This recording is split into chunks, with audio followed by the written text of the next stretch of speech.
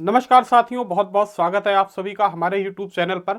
आज हम लोग जिस विषय पर चर्चा करने जा रहे हैं वह है क्षेत्रीय रियासत। क्षेत्रीय रियासतों की जब हम बात करेंगे तो जानेंगे इन क्षेत्रीय रियासतों का उदय कैसे हुआ, महत्वपूर्ण क्षेत्रीय रियासतें कैसी थी और किस तरीके से क्षेत्रीय रियासतें ब्रिटिश प्रभुत्व में आती गईं।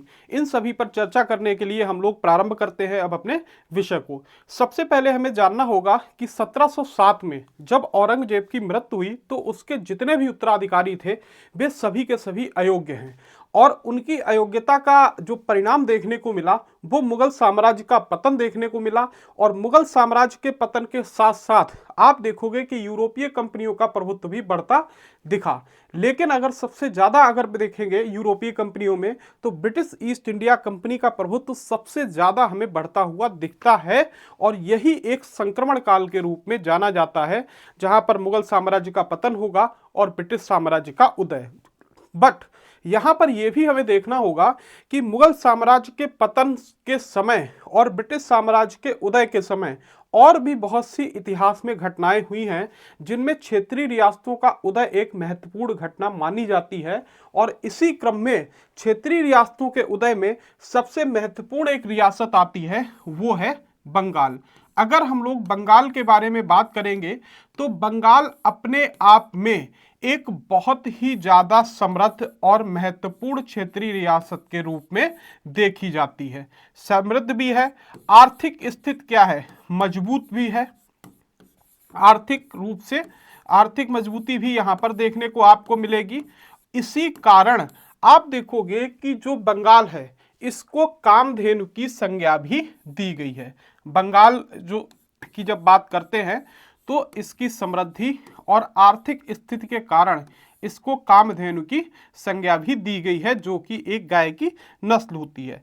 अब यहीं पर अगर हम लोग बात कर लें कामधेनु की संज्ञा के साथ साथ आप देखेंगे कि बंगाल को अगर बात की जाए तो स्वतंत्र बंगाल का संस्थापक मुर्शीद कुली खां को माना जाता है।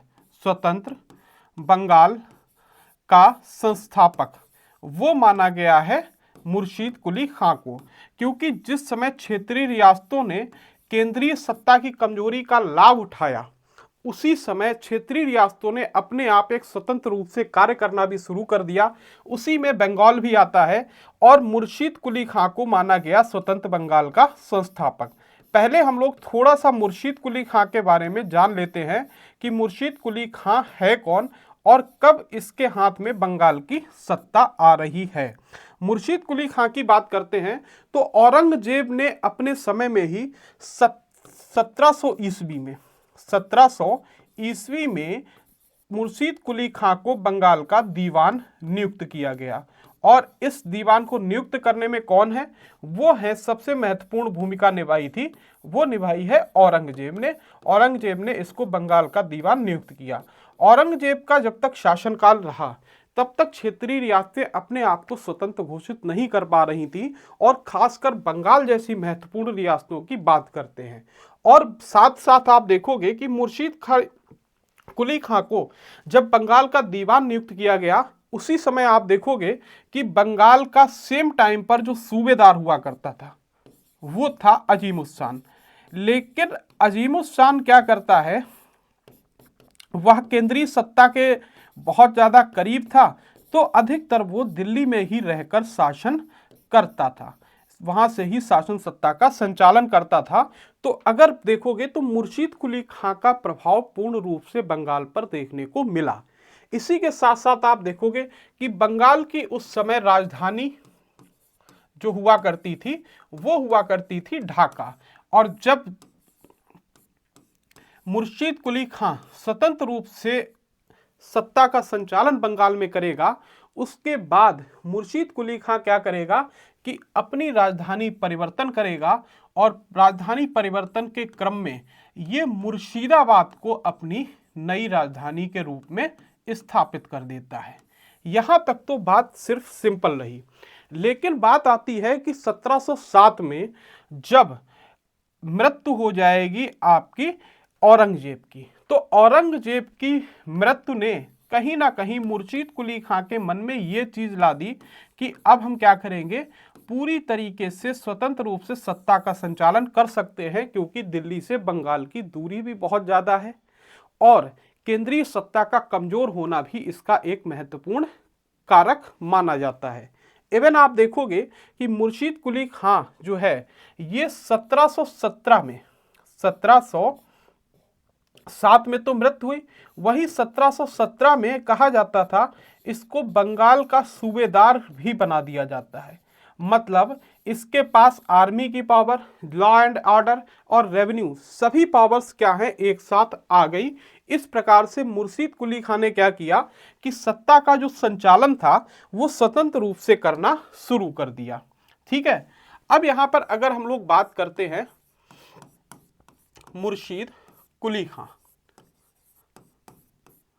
मुर्शीद कुली खां, ठीक है, इसने क्या किया, स्वतंत्र रूप से सत्ता का संचालन शुरू कर दिया, स्वतंत्र रूप से सत्ता का संचालन कर दिया। अब यहां पर एक चीज और निकल कर आती है कि अगर इसने स्वतंत्र रूप से सत्ता का संचालन कर दिया तो केंद्रीय सत्ता जो मुगल साम्राज्य में आप देखोगे जो मुगल बादशाह थे उन्होंने किसी भी प्रकार से यहां पर कोई भी हस्तक्षेप नहीं किया।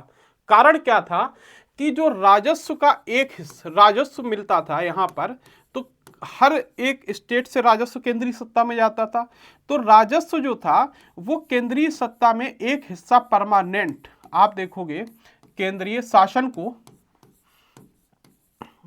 को भेजता रहता था।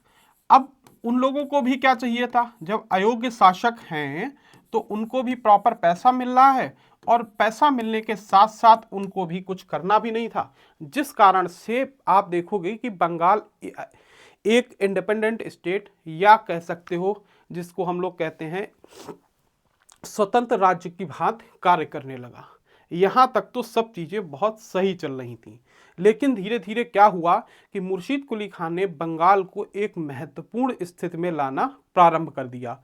उस स्थिति में आप देखोगे कि मुर्शीद कुली खां के द्वारा बहुत से प्रशासनिक और साथ साथ में आर्थिक ये दोनों बदलाव किए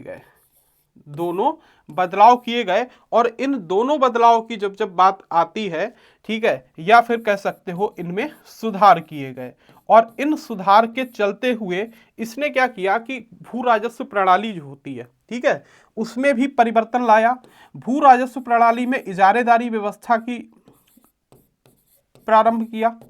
भू राजस्व प्रणाली की जब बात करोगे तो भू राजस्व प्रणाली की एक नई व्यवस्था जो थी इजारेदारी व्यवस्था शुरू की। देखिए एक बहुत सिंपल सी बात होती है कि आपका राजकोष जितना ज़्यादा मजबूत होगा उतना ज़्यादा मजबूत राज्य होगा और वर्तमान में भी ये स्थितियां हमें देखने को मिलती हैं।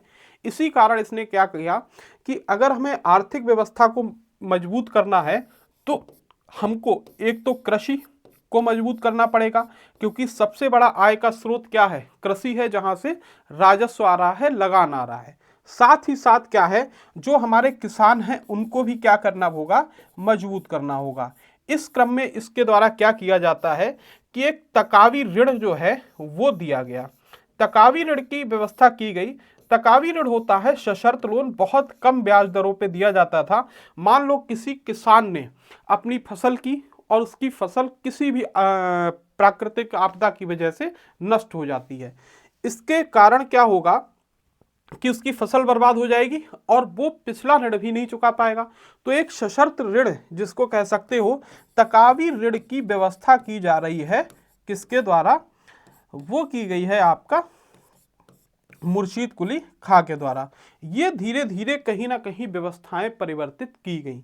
दूसरा उस समय क्या था कि भू राजस्व व्यवस्था में बहुत से लूप होल उस समय देख सकते हो, बहुत सी चीजें कह सकते हो कि आप भ्रष्टाचार भी व्याप्त था।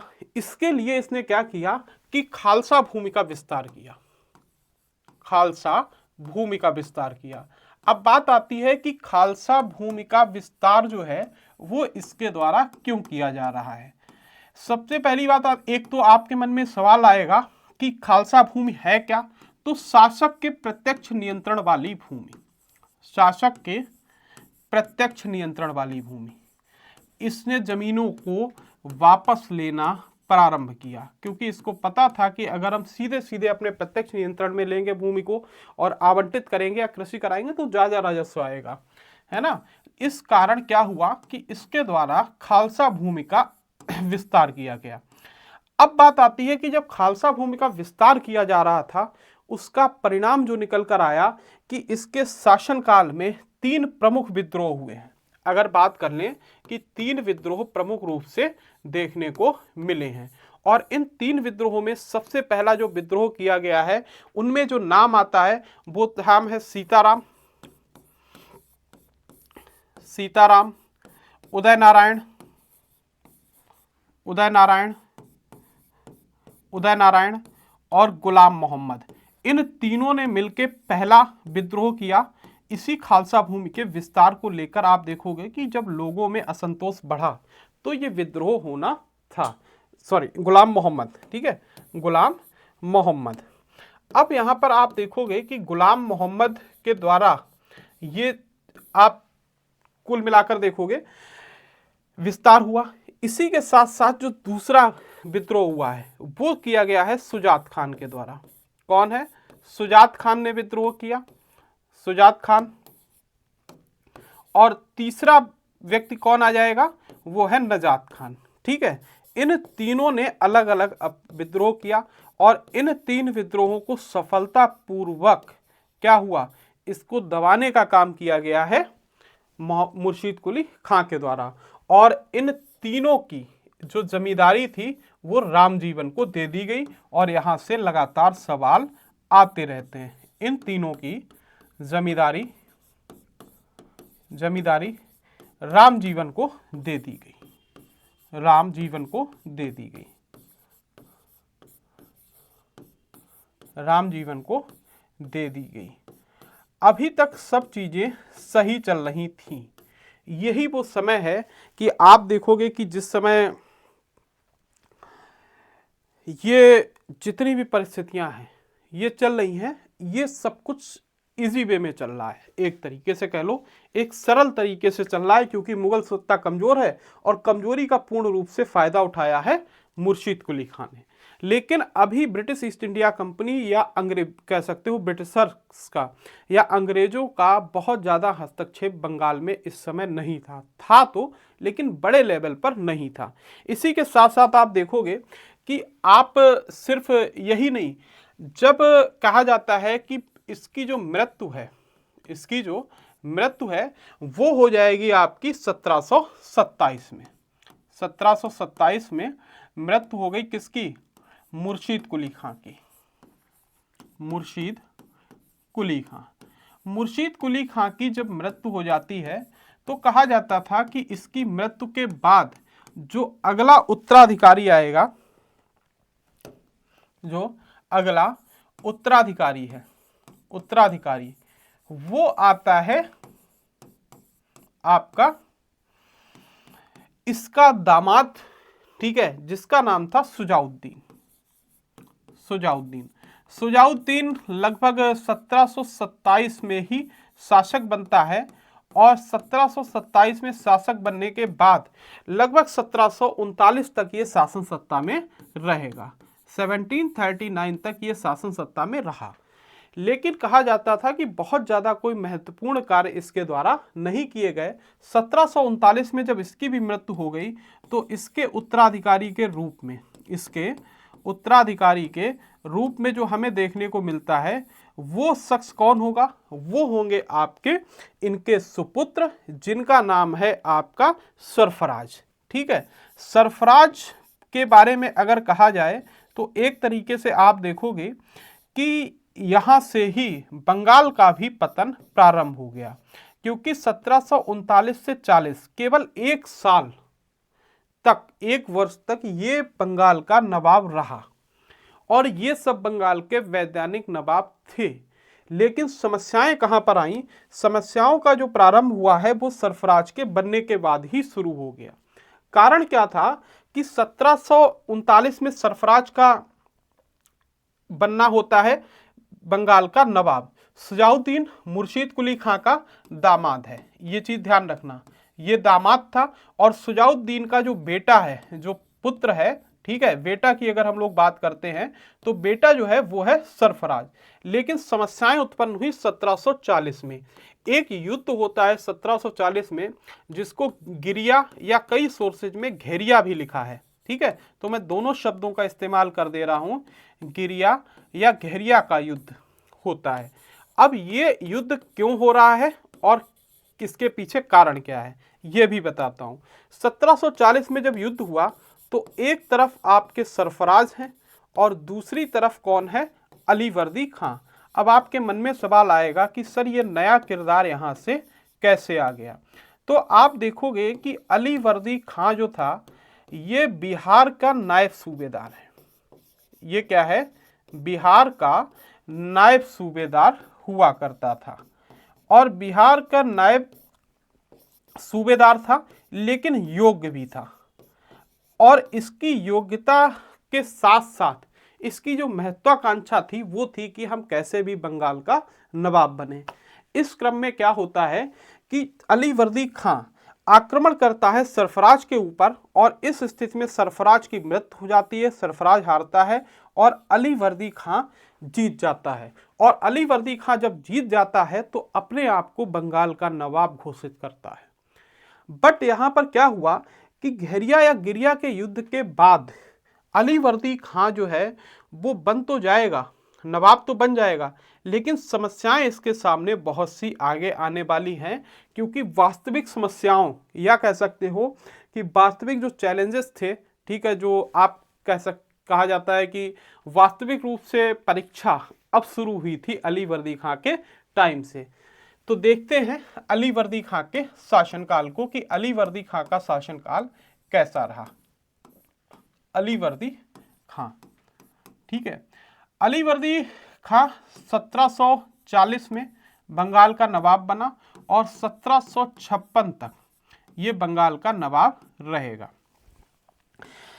अलीवर्दी खां को जब जब हम पढ़ते हैं तो आपको देखने को मिलेगा ये बंगाल का वैद्य नवाब नहीं था, ठीक है। अब आप कहोगे कि सर वैद्यान कैसे, तो आप देखोगे कि बंगाल का नवाब वैद्य नवाब वही माना जाता था जिसको वैधानिकता कहां से मिली है, केंद्रीय सत्ता से, या मुगल बादशाह जिसको अपॉइंट करता था वो लीगल या कह सकते हो वास्तविक नवाब माना जाता था। इस परिस्थिति में जब इसने देखा कि हमको वैधानिकता नहीं मिल रही है तो ये क्या करेगा कि 2 करोड़ रुपए की घूस देगा। 2 करोड़ रुपए, 2 करोड़ रुपए वो किसको दिया, वो दिया है मोहम्मद शाह को। और मोहम्मद शाह ने क्या किया कि मोहम्मद शाह रंगीला जिनके बारे में आप सभी जानते ही हैं, उन्होंने क्या किया, भाई साहब ने तुरंत इनको कह दिया कि ठीक है आप बंगाल के लीगल नवाब हो। ये वो टर्निंग पॉइंट है, वो एक कह सकते हो बिंदु है जहां से बंगाल का केंद्रीय सत्ता से जो संबंध था वो हमेशा के लिए खत्म होने की तरफ चल चुका है।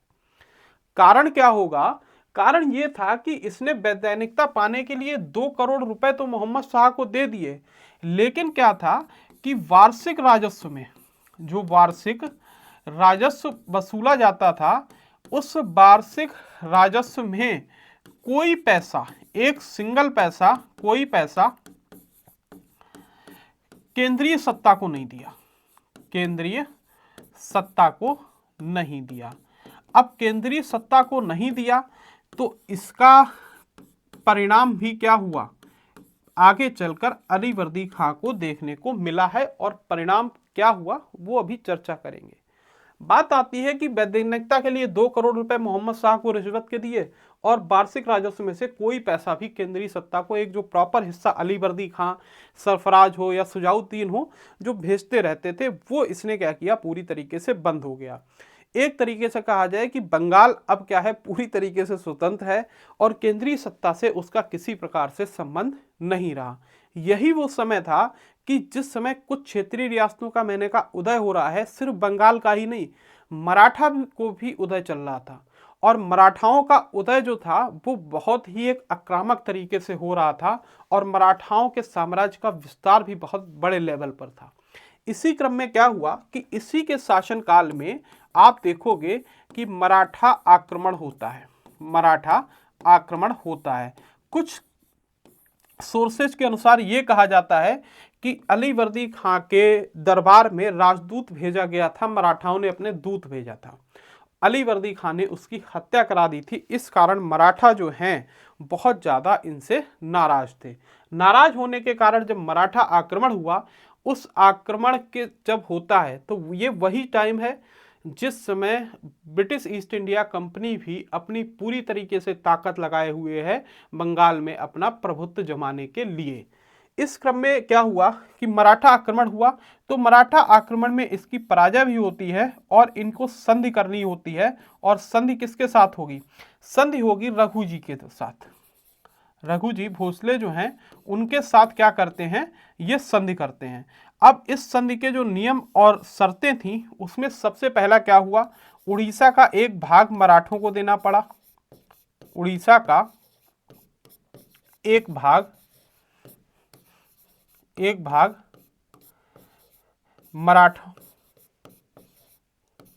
मराठों को दिया, एक भाग मराठों को दिया। साथ ही साथ आप देखोगे चौथ, ठीक है, चौथ वसूलने का अधिकार या कह सकते हो चौथ जो है या वार्षिक चौथ की बात यहां पर की गई है। जो भी रेवेन्यू वसूला जाएगा उसमें एक चौथ जो हिस्सा है वो किसको दिया जाएगा? वो दिया जाएगा आपका मराठों को। तो इस तरीके से एक बड़ा आर्थिक नुकसान अलीवर्दी खां को यहां पर देखने को मिला। देखिए, अलीवर्दी खां बहुत योग्य व्यक्ति था और योग्य व्यक्ति के साथ साथ महत्वाकांक्षी भी था। लेकिन कहते हैं कि परिस्थितियां जब विपरीत होती हैं तो बड़े से बड़े जो शहंशाह होते हैं उनको भी हिलाकर रख देती है। आप देखोगे कि जब केंद्रीय सत्ता से किसी भी प्रकार का कोई भी संबंध नहीं होगा तो परिस्थितियां विपरीत होंगी। इवन आप देखोगे कि अलीवर्दी खां के शासनकाल में जो फ्रांसीसी हैं और साथ में ब्रिटिश हैं, इन दोनों ने क्या किया कि कोशिश की। फ्रांसीसियों ने कहा कि हम चंद्रनगर, ठीक है, और ब्रिटिश क्या है, कलकत्ता। इन दोनों की किलेबंदी करना चाह रहे थे, इन दोनों की किलेबंदी करना चाह रहे थे और इस किलेबंदी की अनुमति नहीं दी थी अलीवर्दी खान ने। जिस कारण से बाद में फ्रांसीसी जरूर भले ही बंगाल के नवाब के समर्थन में आगे चलकर आएंगे, लेकिन अभी क्या है कि ये दोनों विरोध में हो गए। अब जब ये दोनों विरोध में हुए तो परिस्थितियां क्या थी, बहुत बिगड़ती चली गई। इवन आप देखोगे कि अलीवर्दी खान ने ही एक पत्र लिखा था केंद्रीय सत्ता को। कारण क्या था कि केंद्रीय सत्ता को लिखने का दस्तक एक पास जारी किया गया था जो व्यापार के लिए था, जो फर्रुखसियर ने ब्रिटिश ईस्ट इंडिया कंपनी के अधिकार को दिया था। अब ये जब पास जारी किया गया, इसका दुरुपयोग शुरू हुआ है ब्रिटिश ईस्ट इंडिया कंपनी ने बंगाल में, और जिसका सीधा सा असर पड़ा है किस पर? बंगाल की सत्ता के ऊपर, बंगाल की राजकोष पर। जब इसका दुरुपयोग शुरू हुआ तो अलीवर्दी खान ने क्या किया, एक पत्र लिखा केंद्रीय सत्ता को कि आपके द्वारा जो दस्तक पास दिया गया था उसका दुरुपयोग कर रहे हैं ब्रिटिशर्स बंगाल में। लेकिन वहां से किसी भी प्रकार का कोई जवाब नहीं आया। ना आने के पीछे ये कारण था कि उनका कहना था कि भाई हम आपके मैटर में इंटरफेयर क्यों करें। और बात भी सही थी कि जब आप हमको वार्षिक राजस्व में से कोई भी नहीं पूछ रहे हो, केंद्रीय सत्ता से आपने पूरा संबंध तोड़ रखा है, तो हम आपके किसी भी मामलों में हस्तक्षेप नहीं करेंगे। इस परिस्थिति में क्या होता है कि अलीवर्दी खां बहुत ज़्यादा, एक कह सकते हो, डिमोलाइज हो गया। इसने क्या किया, अंग्रेजों की तुलना मधुमक्खियों से की थी। पूछा जाता है किस बंगाल के नवाब ने अंग्रेजों की तुलना मधुमक्खी से की थी? तुलना मधुमक्खी से की थी, मधुमक्खी से की थी। अब बात आती है कि मधुमक्खी से क्यों की थी? अलीवर्दी खान ने कहा था कि ये अंग्रेज जो है मधुमक्खियों की तरह हैं, अगर आप इनको छेड़ोगे नहीं तो ये आपको शहद देंगे, और अगर आप छेड़ोगे तो ये काट खाएंगे। क्योंकि कहा जाता है कि बहुत ज़्यादा परिस्थितियां इसके समय में बिगड़ चुकी हैं अंग्रेजों के द्वारा। क्लियर। अब 1756 में आप देखोगे कि इसकी मृत्यु हो गई। 1756 में अलीवर्दी खां की मृत्यु हो जाती है, और मृत्यु जब हुई तो उसके बाद इसका जो उत्तराधिकारी है, इसका उत्तराधिकारी है वो बनता है सिराजुद्दौला। कौन है? सिराजुद्दौला, जो अपने आप में बहुत ही ज़्यादा योग्य व्यक्ति था। सिराजुद्दौला को लेकर अगर बात की जाए तो सिराजुद्दौला इसका नाती है, मतलब बेटी का बेटा है। कारण क्या था कि इसके कोई भी अलीवर्दी खां के पुत्र नहीं था। 3 पुत्रियां ही थीं। घसीटी बेगम एक है पुत्री, दूसरी पुत्री का बेटा है सिराजुद्दौला, और तीसरी जो पुत्री है उसका बेटा है शौकत जंग। ठीक है, तो सिराजुद्दौला को लेकर अब हम लोग चर्चा करेंगे नेक्स्ट लेक्चर में। आज के लिए हम लोग यहाँ पर इतना ही रखते हैं, कल फिर बात करेंगे सिराजुद्दौला को लेकर। तब तक के लिए ओके, धन्यवाद।